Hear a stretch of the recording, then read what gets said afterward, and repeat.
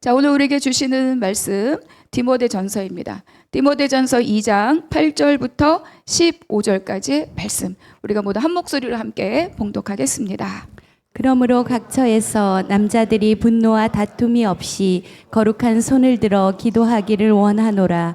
또 이와 같이 여자들도 단정하게 옷을 입으며 소박함과 정절로서 자기를 단정하고 따은 머리와 금이나 진주나 값진 옷으로 하지 말고 오직 선행으로 하기를 원하노라. 이것이 하나님을 경외한다 하는 자들에게 마땅한 것이니라. 여자는 일체 순종함으로 조용히 배우라. 여자가 가르치는 것과 남자를 주관하는 것을 허락하지 아니하노니 오직 조용할지니라. 이는 아담이 먼저 지음을 받고 하와가 그 후며 아담이 속은 것이 아니고 여자가 속아 죄에 빠졌음이라. 그러나 여자들이 만일 정숙함으로 믿음과 사랑과 거룩함에 거하면 그의 해산함으로 구원을 얻으리라. 아멘. 자, 우리가 성경을 읽고 묵상할 때 조심해야 할 일이 있습니다. 한 문장 한 단어에 마음이 꽂혀가지고 그것을 막 교훈으로 받거나 또는 막 자의적으로 해석하는 그런 우를 범하지 않도록 조심해야 하죠.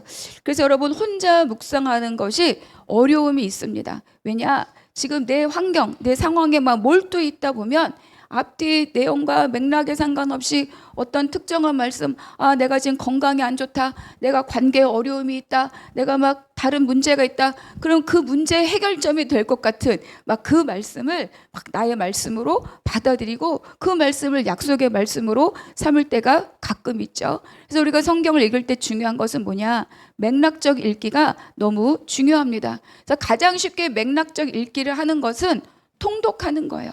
그래서 우리가 새벽 말씀을 단락단락을 나누지 않고 계속 통으로 한 번씩 읽어가는 이유는 전체 흐름 가운데서 그 사건, 전체 흐름 가운데서 하나님 주시는 메시지, 이거를 우리가 잘 찾고자 함인 거죠. 그래서 그런 맥락적 읽기가 우리한테 중요하기 때문에 여러분, 그야말로 나 오늘 뭐 건강이 안 좋아, 그런데 딱 펴니까 뭐 하나님이 이렇게 말씀하셨다, 그거를 위로로 삼고, 그런데 앞뒤를 보면 좋은 말씀이 아닌 경우들도 많이 있습니다. 우리 사람들이 가장 많이 쓰는 구절 중에 이런 게 있죠. 빌립보서 4장 13절의 말씀인데, 내게 능력 주시는 자 안에서 내가 모든 것을 할 수 있느니라. 이거 뭐 여기저기 걸려있고 말씀 카드로 만들어서 들고 다니고 또 누군가에게 이렇게 겉면의 말을 하는 경우들이 많이 있습니다. 근데 여러분, 이 말씀은 내가 뭐든지 다 잘해서 성공신화를 이룰 수 있다, 그런 도전과 격려의 말씀이 아니라는 것을 여러분 아셔야 됩니다. 앞절의 말씀을 봐야 돼요. 앞절에서 바울이 무엇이라고 말하는가? 12절을 보면 배부름과 배고픔, 그리고 궁핍과 풍부함, 내가 이것에 처할 수 있는 일체의 비결을 그리스도로 배웠다, 이렇게 고백하고 이 말씀이 나오는 거예요. 그러니까 무슨 뜻이냐? 이 말씀은 내가 뭐든지 다 할 수 있다, 이런 자신감 뿜뿜, 이런 말씀이 아니라는 거예요. 이 말씀의 본래적인 의미는 하나님이 가난하게 하시면 가난의 삶을, 하나님이 부하게 하시면 부한 삶을 내가 살아갈 수 있도록 모든, 하나님이 어떤 환경을 주시든지 그 환경 안에서 내가 만족하며 살아갈 수 있습니다. 이 자족하는 삶을 전제하고 이렇게 바울이 고백한 거죠. 근데 그 삶을, 자족하는 삶은 내가 내 능력으로, 내 의지로 할 수 없다는 거예요. 하나님의 도우심이 있을 때, 하나님의 은혜 안에 거할 때, 하나님의 약속 안에 거할 때 이 삶을 내가 살아갈 수 있습니다. 그래서 주님으로부터 내가 일체의 비결을 배웠다, 이렇게 바울이 고백하고 있는 거죠. 내가 뭐든지 할 수 있다는 것은 성공신화를 이룰 수 있는 능력이 있다는 것이 아니라 내가 하나님 안에 거함으로 하나님 주시는 모든 환경을 내가 감당하며 살아갈 수 있습니다, 이런 고백이라는 거예요.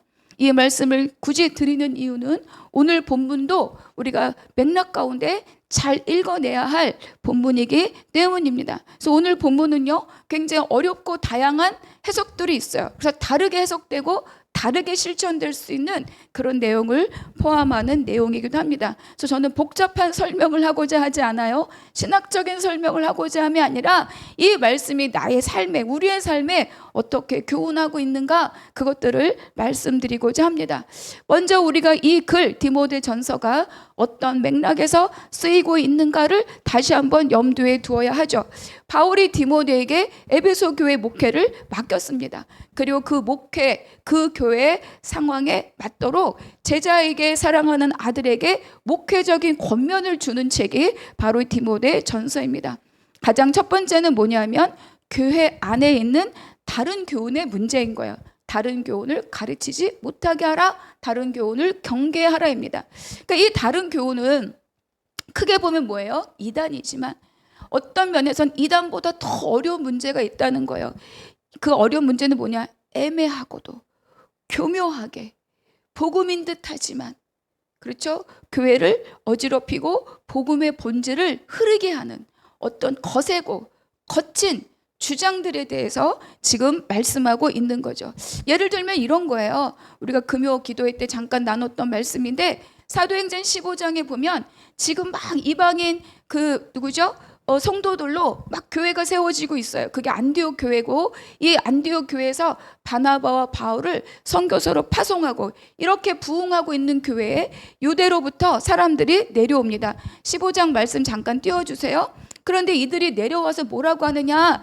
너희가 모세 율법대로 할례를 받아야 구원을 받을 수 있어, 이렇게 가르치고 있다는 거예요. 그래서 이 가르침으로 인해서 바나바와 바울이 한편 먹고, 그리고 다른 이들이 또 한편 먹어서 12절에 뭐라고 하느냐?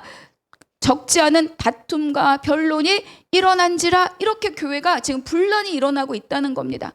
그러니까 이 예루살렘으로부터 온 이 유대인들은 예수를 믿지 않는 사람이 아니라 예수를 믿지만 유대인의 전통을 따라야 된다라고 지금 주장하고 있다는 거예요. 그래서 다툼과 변론, 분란을 지금 일으키고 있는 거죠. 이것 때문에 결국은 예루살렘 사도들에게 이 문제를 들고 결국 가게 되죠. 그게 예루살렘 공의회입니다.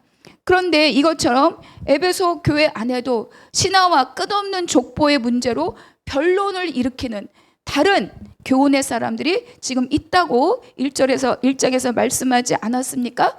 이로 인한 문제가 뭐냐? 성도들에게 폐해가 온다는 거예요. 그래서 정말 청결한 마음, 선한 양심, 깨끗한 믿음에서 나오는 사랑, 이거를 잃어버리게 만드는 것이 바로 이 다른 교훈이 주는 공동체와 성도들을 회파시키고 무너뜨리는 요소다, 이렇게 말씀하고 있는 거죠. 그래서 바울이 디모데에게 권하는 거예요. 너가 믿음과 착한 양심을 가지고 선한 싸움을 싸우라, 이렇게 권면하고 있습니다. 그러기 위해서 제일 중요한 첫 번째 싸움의 영역, 싸움의 무기가 뭐냐? 기도다, 이렇게 지난주에 말씀을 나눴던 거죠. 그래서 기도가 뭡니까? 기도는 하나님 우리의 모든 것의 주권자이심을 인정하는 믿음의 행위이며, 기도는 하나님 우리를 부르신 제사장적인 삶의 실천이고 응답이고, 또 기도는 뭐예요? 하나님의, 주님의 구속사에게 참여하는 우리의 역할이다, 이렇게 지난주에 말씀을 나눴습니다. 그래서 기도는 내가 문제가 돼가지고 막 해결해야 될 급박한 문제, 그럼 그거 말고 나라를 위해서 기도해야 되냐? 제가 그거 아니라 그랬죠? 그 문제로부터 들고 아버지 앞에 무릎 꿇는 순간부터 이제 우리의 싸움이 시작되는 거고, 그것을 계속하면서 결국 하나님의 마음을 만나는 깊이와 넓이가 높아지고 깊어지는 그 은혜를 우리가 누릴 수 있다. 그 자리로까지 하나님이 우리를 이끌어 가신다라고 지난주에 우리가 말씀을 하나 함께 나눴습니다. 그래서 오늘 본문은 뭐냐? 바로 이 교회, 변론과 다툼이 있고 여러 가지 어려운 현상이 있는 이 에베소 교회를 구성하는 남자와 여자에게 바울이 권면의 말씀을 주는 거예요. 중요한 초점은 뭐냐? 하나님 나라 교회의 질서와 예배의 질서를 잘 지켜가도록 권면하고 있다는 거죠. 바로 이처 하나님의 질서, 교회의 질서를 지키는 그 자리가 두 번째 선한 싸움의 현장이라고 말씀하고 있습니다. 그러니까 에베소 교회는 남자들로 인한 어려움과 여성들로 인한 어려움이 막 뒤섞여 있는 곳이 바로 이 에베소 교회입니다. 남자들은 변론과 다툼으로 교회를 분열시키고 있었고, 또 여자들은 무분별한 태도로 인하여서 질서를 흐트러뜨리고 있었다. 그것이 이제 오늘 본문이 시작하는 배경입니다. 그래서 바울은 각각에게 권면의 말씀을 주고 있는 거죠. 그래서 이 말씀은 당시의 시대적인 배경과 상황적인 이해도 있어야 되고, 하나님이 그것을 오늘 우리에게 어떻게 권면하고 있는가, 이것을 함께 생각해 보아야 합니다. 첫 번째 제목 우리가 함께 읽어볼게요. 시작. 다툼이 아닌 기도로 예배하라. 8절 읽겠습니다. 그러므로 각처에서 남자들이 분노와 다툼이 없이 거룩한 손을 들어 기도하기를 원하노라. 유대교가 굉장히 철저히 남성 중심의 종교이죠. 근데 초기 기독교나 교회도 다 유대인들로부터 이제 교회가 시작되었고, 거기에 이제 이방인, 헬라인, 그리스도인들이 참여하잖아요. 그래서 이 유대교적인 남성 중심의 전통이 이 기독교 교회 안에도 함께 존재하고 있었습니다. 그래서 회중의 기도나 공적인 역할들은 다 누가 해요? 남성들이 해요. 근데 이게 기독교 초기 교회만 그런 것이 아니라 당시 1세기에 시대적 상황이 그랬어요. 헬라나 로마 문화도 모든 공적인 역할들은 다 누가 한다? 남성이 한다. 여러분, 여성에게 참정권이 주어진 게 얼마 되지 않습니다. 저는 이제 그 얘기를 하고자 하면 아니지만, 그러니까 지금 종교적인 발언이나 정치적인 발언이나 모든 이런 사회적인 발언이 다 남성에게 있었고, 기도를 인도하고 기도하는 책임이 남성들에게 있었기 때문에 이 바울은 먼저 뭐예요? 남성들에게 기도를 하도록 권면하고 있는 거죠. 근데 이 기도의 권면은 남성들만 들으라는 말씀은 아닙니다. 그러니까 이렇게 맞아요. 각처에서, 모든 공간, 모든 장소에서, 모임이 이루어지는 공간, 예배가 이루어지는 장소, 모든 곳에서 분노와 다툼이 없이 기도하라. 분노와 다툼이 없이 기도하라. 이렇게 권하고 있는 거죠. 이 말의 가장 핵심은 뭐냐? 남자들에게, 그 시대 안에서 남자들에게 맡겨진 사명을 너희들이 넉넉하게 제대로 감당하라. 이렇게 명령하고 있는 말입니다. 여러분, 자리와 역할을 맡겼다는 것은 그것에 대해서 책임적 삶을 살아야 된다는 것을 포함하는 거죠. 그렇죠? 만약에 남자들이 기도의 자리에 있으면서 논쟁하고 변론하고 다툼을 하고 있다면 여러분, 개인이나 공동체가 어떻게 되겠습니까? 그리고 기도할 자리에서 다툼과 변론으로 서로 혈기를 내고 있다면 정말 하나님이 맡기신 복음은 도대체 누가 어떻게 지키고 흘려보낼 수 있겠습니까? 그러니까 교회가 교회로서 든든히 세워지기 위해서 그 문화 안에서 기도의 책임을 갖고 있는 남자들에게 분노와 다툼 버리고 기도의 자리에 나가서 기도하라. 이렇게 권면하고 있는 거죠. 거룩한 손을 들어 기도하라. 이렇게 또 말합니다. 구약에서 손이라는 것은 깨끗한 손, 이건 뭐예요? 내가 비누로 싹싹 씻은 손이 아니라 정결한 삶을 깨끗한 손이다, 이렇게 표현을 합니다. 그리고 또 유대교 전통 안에 랍비들은 사람들 보이는 곳에서, 시장 어귀에서 손을 높이 들고 머리를 흩뜨리고 나 금식하고 있어요, 나 기도하고 있어요, 이렇게 티를 내면서 손을 들어 기도하는 관습이 있었습니다. 그래서 바울은 이걸 너무 잘 알잖아요. 그래서 그것을 빗대어서 이렇게 말하고 있는데, 실제로 이건 너희가 손을 들고 기도하라는 것이 아니라 앞에 있는 분노와 다툼을 버린 정결한 마음의 태도로 기도하라. 이렇게 권면하고 있죠. 그래서 교회 안에서 모든 성도들은 다툼과 분노를 거절해야 됩니다. 분노하고 다투면서 나라를 세울 수가 없고, 분노하고 다투고 있다면 내 심정 가운데 어때요? 기도의 길이 막힙니다. 그러니까 나를 위해서, 기도를 하기 위해서라도 우리가 분노와 다툼은 거절해야 되는 삶의 자리인 거죠. 근데 저는 이 모든 말씀을 우리 사랑하는 한나무 교회 우리 모든 남성 집사님들에게 이 말씀으로 권면드리고 싶습니다. 왜 그러냐? 우리 이제 모든 집사님들 너무 감사하고 훌륭한 분들이죠. 또 다 회사에서 중책을 맡고 있는 분들입니다. 그러니까 회사에서도 뭔가 책임적 역할을 하는 분들이 우리 교회 성도님들이에요. 그런데 사회는 어떻습니까? 경쟁적이죠. 또 성과주의입니다. 그러니까 눈에 보이는 결과물을 만들어내지 않으면 나이가 그 조직과 그 사회 안에서 존재적인 가치를 드러내기가 어려운 것이 현대의 삶이고 조직과 직장의 삶이라는 거예요. 그러니까 나는 원하지 않아도 누군가는 어쩔 수 없이 다툼의 자리에 내가 내몰릴 수도 있는 거죠. 그리고 또 정당하지 않은 부당한 결정에 의하여서 내가 불리해지고, 그렇기 때문에 그러한 부당한 결정에 내가 분노를 일으킬 수밖에 없는 상황 앞에 많이 노출될 수 있다. 여러분 그렇지 않습니까? 그러나 분명한 게 있어요. 분명한 것은 분노와 다툼으로는 어떤 싸움도 우리가 이길 수 없다는 겁니다. 어려운 자리에 있을수록, 책임적 자리에 있을수록, 내가 세상 사람들한테 내몰릴수록 우리가 싸울 수 있는 가장 강력한 무기는 뭐냐면, 내가 인맥을 동원하고 나의 무엇을 동원해서 나도 지지 않겠다라고 하는 방법이 아니라, 그것을 싸워서 이기는 가장 유일하고 강력한 방법은 뭐라고요? 기도하는 겁니다. 기도하는 자가 이깁니다. 기도할 때 하나님은 그 상황에 참여하시고 개입하시고 역사하셔서 버릴 거 버리게 하시고 물러설 거 물러서게 하시고, 내가 받을 수 있고 내가 누려야 할 것들 하나님 다 어때요? 다 되찾아 주십니다. 그때로는 삶의 현장이 나에게 억울함일 수도 있어요. 억울해서 어쩌겠다는 겁니까? 억울해서 던지고 억울해서 싸워서가 아니라 그 억울함을 들고 주님 앞에 나와서 기도할 때, 분노와 다툼을 버리고 기도할 때 그 자리에 하나님의 역사와 돌보심이 함께 있는 줄로 믿고 기도하시는 우리 아빠, 남편 되시기를 축복합니다. 그 두 번째가 있어요. 왜 남성들이 기도해야 됩니까? 그 가정에 하나님이 남성들을 뭘로 세우셨느냐? 제사장으로 세웠기 때문입니다. 남편과 아버지는요, 단순하게 생계 책임지는 이 뭐라 그래요? 캐시머신이 아니라는 거예요. 그거보다 더 고유하고 더 높은 사명과 부르심을 주셨다. 그것이 그 가정의 아무개 집사님, 아무개 장로님, 아무개 집사님 뭐라고요? 제사장이다. 우리 지난주에 제사장은 모든 걸 다 들고 주님 앞에 나가는 자라고 했잖아요.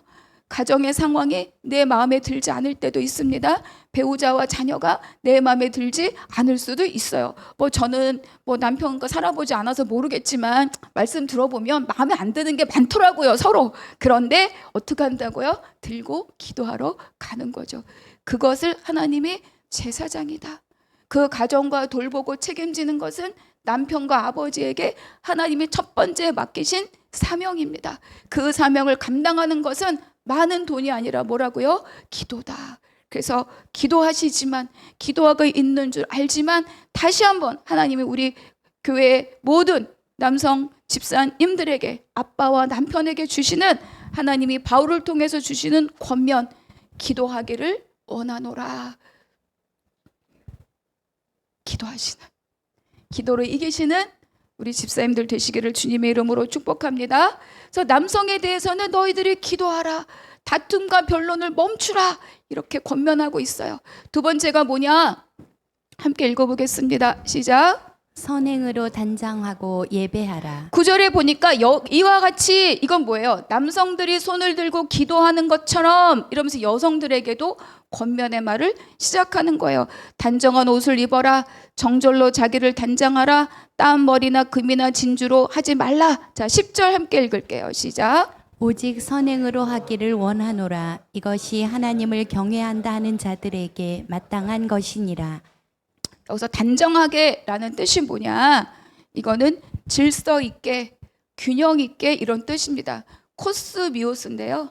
코스미오스가 어디로 파생되느냐? 코스메틱, 화장품의 어근입니다.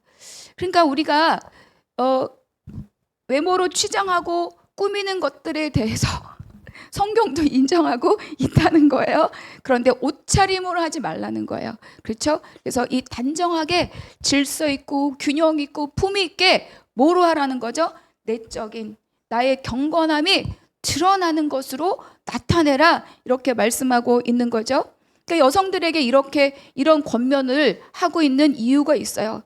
그 로마 제국이죠. 그 당시에 부유한 여인들, 귀부인들이 있습니다. 이들이 막 화려한 그런 어떤 치장, 그리고 머리를 높이 틀어 올리는 치장, 이런 것으로 자기의 권리와 권세를 주장할 때 했던 그런 시절이었다는 거예요. 딴 머리라고 했는데 이 딸 때요 금줄 또 금실 이런 거를 막 넣어서 땄다는 겁니다. 그러니까 결국 뭐라느냐, 외면을 치장하는 것에 집중하며 자기 지위를 드러내는 그런 모습을 말해주는 거죠. 또 하나 중요한 것은 아데미 신전의 여사제들입니다. 그러니까 에베소에는 어마어마한 아데미 신전 기둥이 120개가 넘었다고 하고 7대 불가사의 중에 하나인데 지금은 뭐 거의 기둥이 한 개밖에 없어요. 그런데 거길 다 누가 섬겨요? 여사제들이 섬기는 거죠. 그러니까 그들이 또 치장이 대단하고 그들의 머리 꾸밈은 아주 정말로 뭐죠? 솜씨가 탁월했다고 합니다. 그런데 그런 것들을 세상에서 보고 그 모습으로 교회로 들어오는 여인들이 있었다는 거예요. 근데 교회는 여러분 어떤 곳입니까? 가난한 자도 있고 부한 자도 있습니다. 배운 자, 못 배운 자, 주인도 있고 노예도 있어요. 여러분 1세기 교회 안에는 많은 노예들이 있었습니다. 그러니까 그렇게 화려한 치장을 하고 자기의 부와 권세를 과시하는 그들의 모습이 교회와 성도들을 유익하게 할 리가 없지 않았겠습니까? 위화감을 조성하고 정말 교회가 붙들고 있는 복음의 본질들을 흐리는 일들을 이 몇몇의 여인들이 하고 있었다는 거예요. 그래서 여인들에게 말하고 있는 거죠. 옷차림 하지 말고 10절에서 말하죠. 여자들에게 선행으로 단장하라. 무엇으로 단장하냐? 돈, 아니 뭐죠? 액세서리, 뭐 명품 이게 아니라 선행으로 단장하라. 목회 서신에서 말하는 선행은 굉장히 구체적인 바울의 지침이 있어요. 그게 바로 5장에 있는 말씀입니다. 한번 같이 읽어볼게요. 시작. 선한 행실의 증거가 있어 혹은 자녀를 양육하며 혹은 나그네를 대접하며 혹은 성도들의 발을 씻으며 혹은 환난 당한 자들을 구제하며 혹은 모든 선한 일을 행한 자라야 할 것이요. 그렇죠. 결국은 여성들의 선은 뭐냐?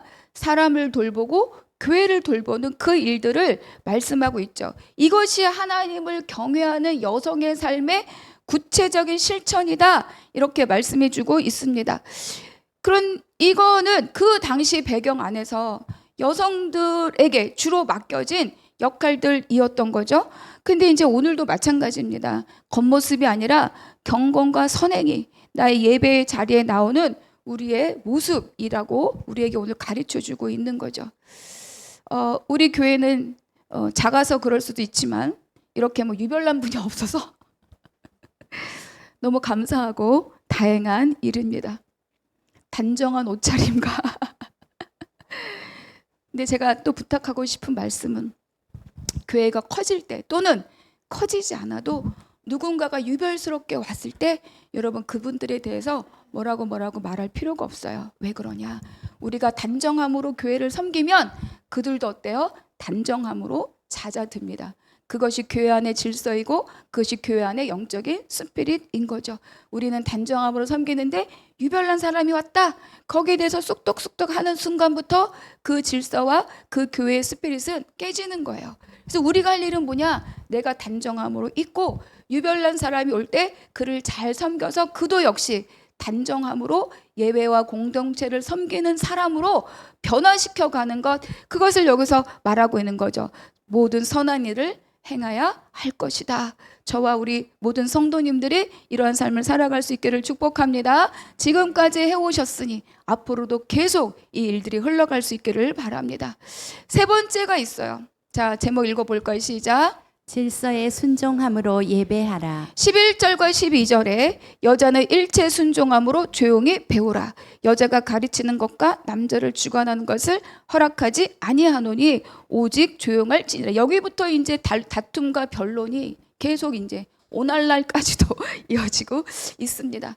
그러니까 이 본문에 대해서 이제 많은 이런 해석들이 있죠. 그렇기 때문에 더더욱 맥락적 읽기가 매우 중요하다. 먼저 바울이라는 사람을 생각해 봐야 돼요.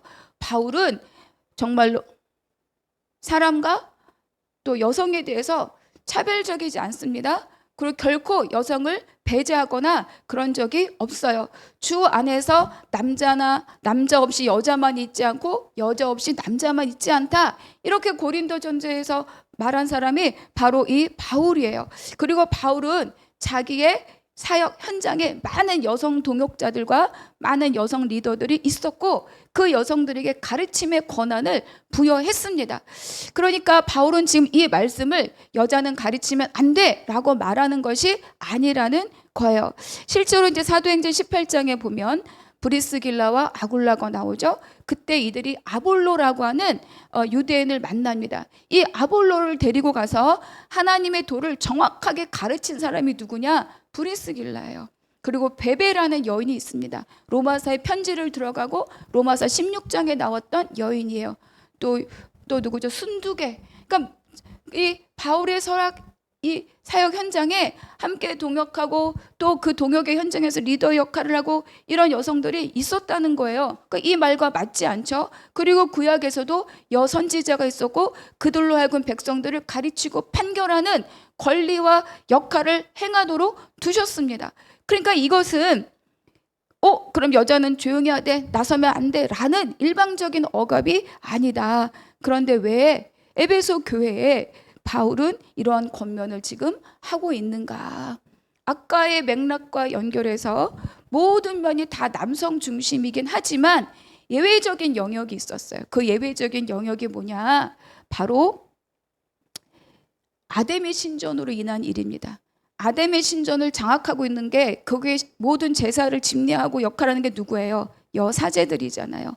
그러니까 여성들이 굉장히 이 아담의 신전을 중심으로 굉장히 강력한 종교적인 영향력을 행사하고 있었던 거예요. 그래서 도시의 중심이 아담의 신전이었기 때문에 모든 종교적인 일들이 여사제들에 의해서 주도되고 또 관할되었던 거죠. 또 에베소는 항구 도시예요. 그래서 굉장히 상업이 발달하고 부유한 도시입니다. 그러니까 그것을 해서 부유한 여성들이 있어요. 그들이 치장하고 돌아다니는 것뿐만 아니라 자기가 갖고 있는 부를 가지고 직접 정치 현장에 나가서 마이크를 들 수는 없으나 정치인이나 종교인을 후원하면서 그들에게 자기의 영향력을 끼치고 자기의 발언권들을 그들을 통해서 행사하는 일들이 그 당시 이 에베소를 중심으로 하는 그 시대의 사회적인 형상이었다는 거예요. 그리고 많은 이 아담의 신전에서 성해방, 문란한 삶 이런 것들을 마치 자유인 것처럼 그렇게 외치는 사람들이 많이 있었다는 거죠. 그래서 이런 배경 속에서 일부 또 교회 안에 있는 여성들도 예수를 믿지만 이런 문화, 이런 태도, 이런 분란들을 끌고 교회 안에 들어와서 무분별하게 가르치게 하거나 교회에 세워진 직분이나 질서를 어그러뜨리는 일들이 어때요? 있었다는 겁니다. 그러니까 모든 여성을 하는 말이 아니라 지금 그 교회 안에 있는 상황적, 시대적 배경 속에서 그 질서를 흩뜨리고 있는 여성을 향한 바울의 권면이에요. 오늘의 말씀 안에서 바울이 갖고 있는 가장 중요한 키워드는 뭐냐? 하나님 나라의 질서와 교회의 질서와 예배의 질서입니다. 그것을 지금 말하기 위해서 이렇게 하고 있는 거죠.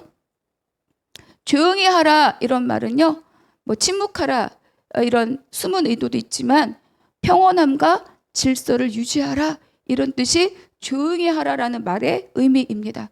주관하지 말 것은, 주관하다는 건 뭐예요? 권세를 부리다, 권위를 침범하다 이런 뜻을 갖고 있어요. 그러니까 결과적으로 이 여성들이 교회 안에서 직분 또는 질서, 권위 이런 것들을 다 무시하고 불쑥불쑥 자기의 영향력을 행사하려고 하는 사람들이 있었다는 거죠. 그래서 바울은 에베소 교회에 있는 이러한 여성들을 향하여서 조용히 해라, 먼저 배우라 이렇게 말씀하고 있죠. 여러분, 교회는요 배워야 합니다.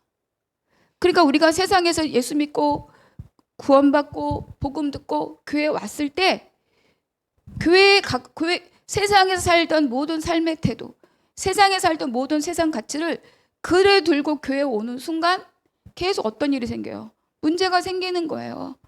예배가 뭔지 예배할 때 우리가 무슨 그냥 극단적인 예를 들면 담배 피던 사람 성전에서 담배 필 수 없잖아요. 그렇죠? 술 마시던 사람 성전 앞에서 술 마시고 들어올 수 없지 않습니까?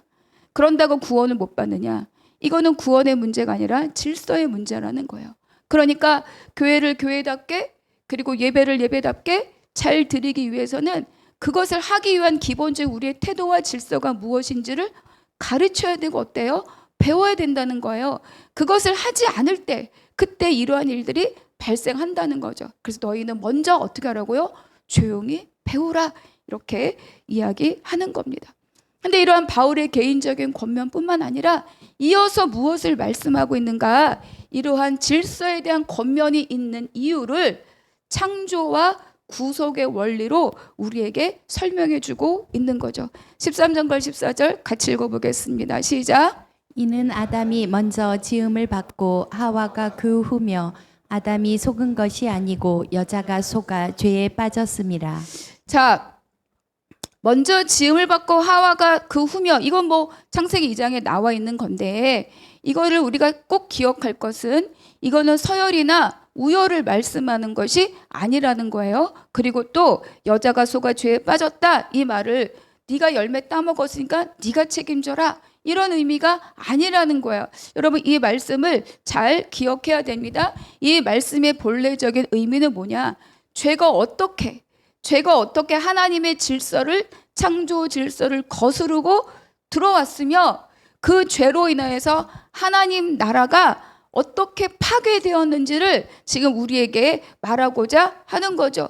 죄가 들어왔는데 어떻게 들어왔으며 그 죄가 한 역할이 무엇인지를 우리에게 가르쳐 주는 거예요. 여러분 창세기 2장에 보면 하나님이 아담을 먼저 지으셨죠. 그리고 그 후에 누구를 만들어요? 아담을 만들었고 누구죠? 그렇죠? 그런데 아담을 만들고 하나님이 하신 일이 뭐냐면 그에게 에덴 동산을 다 맡기셨어요. 그에게 뭘 주셨죠? 통치권을 주셨습니다. 하나님의 권한을 위임받은 통치권이 누구에게 주어졌다? 아담에게 주어졌어요. 그러니까 아담은 이 통치권을 위임받은 자로서 책임적인 삶을 살아라. 이게 하나님이 주신 통치권의 의미입니다. 그리고 여자를 돕는 배필로 만들었죠. 이것은 가치의 다름이 아니라 뭘 말하는 거? 역할의 다름입니다. 그런데 창세기 3장에 보면 뱀이 누구를 찾아가요? 여인을 찾아가고 그 여인을 통해서 아담에게 또 열매를 먹게 합니다. 그러니까 아담은 어떤 일을 했어야 되느냐? 하나님 앞에 통치권을 가진 자로서 그가 책임의 역할을 했어야 되는데 그 책임의 역할을 어때요? 하지 않았다는 거예요. 우리가 3장을 잘 기억해 보면 그들이 범죄하고 숨었을 때 하나님이 하와를 찾지 않아요. 누구를 찾죠? 아담아.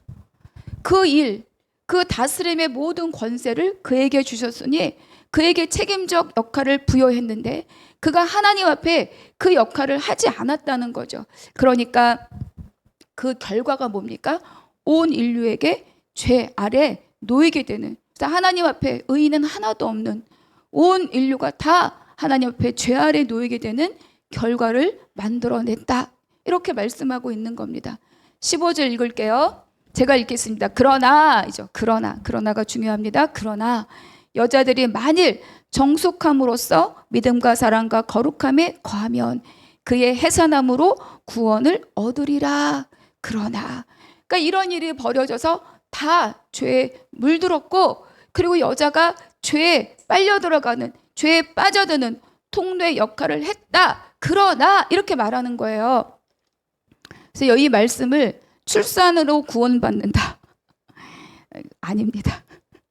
출산으로 구원받는다. 그럼 저 어떡하나요? 그렇죠? 그게 아니고 출산으로 구원받는다란 뜻이 아니라 이건 뭐예요? 창세기 3장 15절 하나님의 원시 복음을 말씀하고 있다는 거죠. 여자가 미혹되어서 죄의 통로가 된 것은 분명합니다. 그러나 하나님은 이 여자를 통해서 메시아가 오시게 하는 거고 구속의 길, 구원의 길을 이 여인을 통해서 만들어 주셨다는 겁니다. 여자의 후손을 통해서 뱀의 머리를 깨뜨리는 구원의 길을 여인을 통해서 어때요?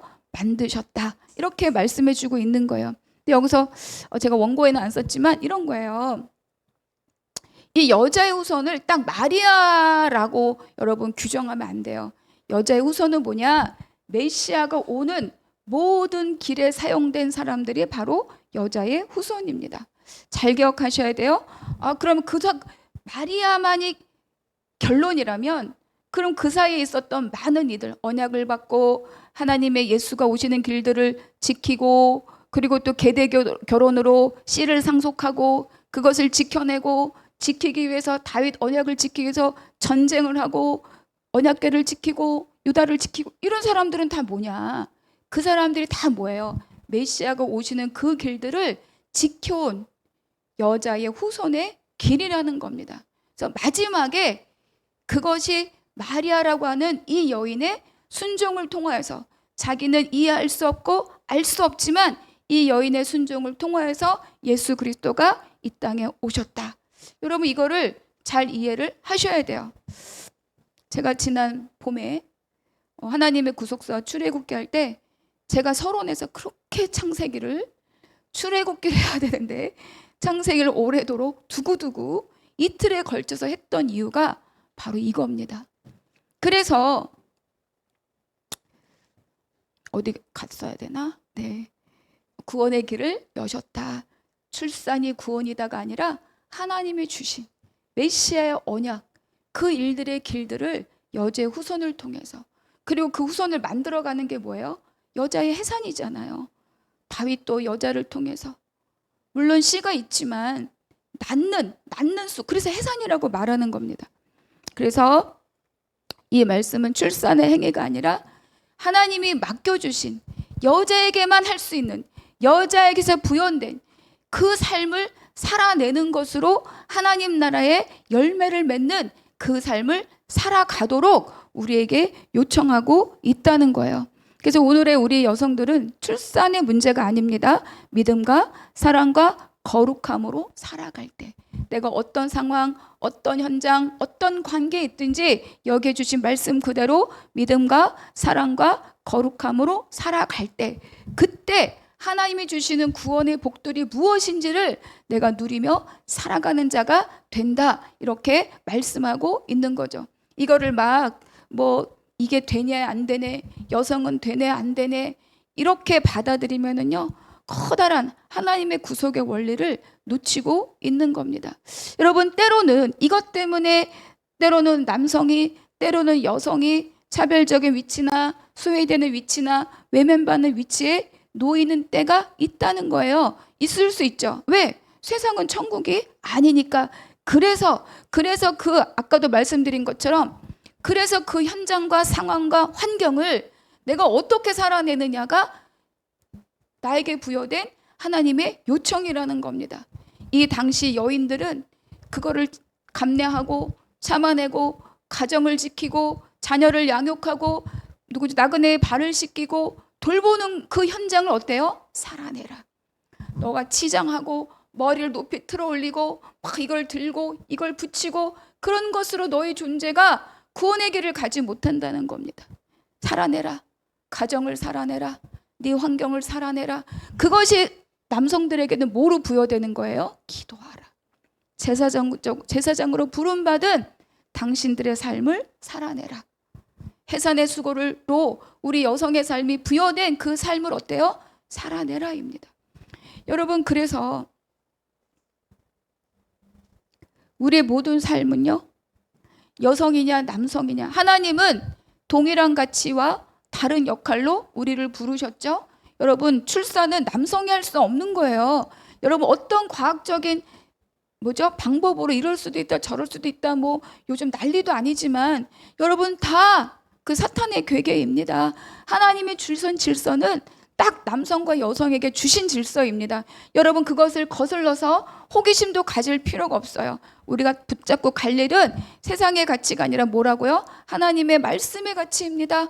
하나님 우리에게 남성과 여성으로 가정을 이루고 자녀를 만들고 생육하고 번성하고 충만하여서 하나님 나라를 이루어라, 이렇게 우리에게 복으로 말씀하셨잖아요.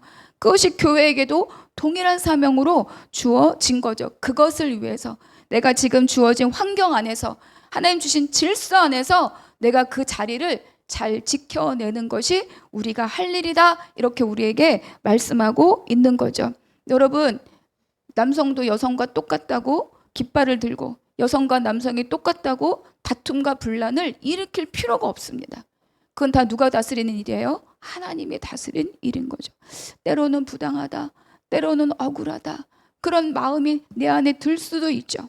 저는 그런 현장을 직접 살은 사람이기도 합니다. 그래서 그 다음이 중요한 거예요. 그 다음은 내가 그것을 어떻게 하는 것이 아니라 그 현장을 내가 기도함으로, 순종함으로, 선행으로 살아낼 때 그 현장에 누가 계시다고요? 하나님이 계시다는 겁니다.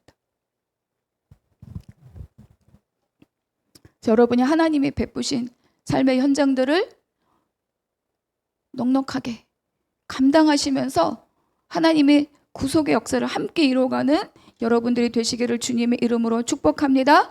그래서 정말 내가 분노와 다툼으로 기도하지 않고 있는 것이 아닌가, 겉모습을 꾸미는 일에 내 시간과 에너지를 낭비하고 있는 것은 아닌가, 내가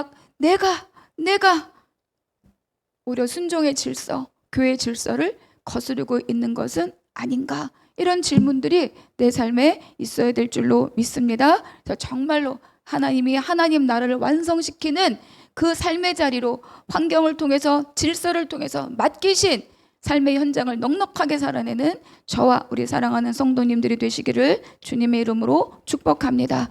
기도하겠습니다. 하나님 감사합니다. 어려운 말씀이지만 우리가 이것을 지식적으로 탐하지 않고 또 성별적으로 탐하지 않고 하나님 나라를 아름답게 이루고 가고자 하시는, 그래서 모든 삶의 현장을 맡기신 우리 각자를 향한 하나님의 말씀으로 우리가 받고, 어떤 환경이든지 주께서 주신 환경을 넉넉히 기도함으로 이기고, 순종으로 이기고, 질서를 따르며 이겨나아가는 주의 백성들 되게 하여 주시옵소서. 감사하고 우리 주 예수 그리스도의 이름으로 기도하옵나이다. 아멘.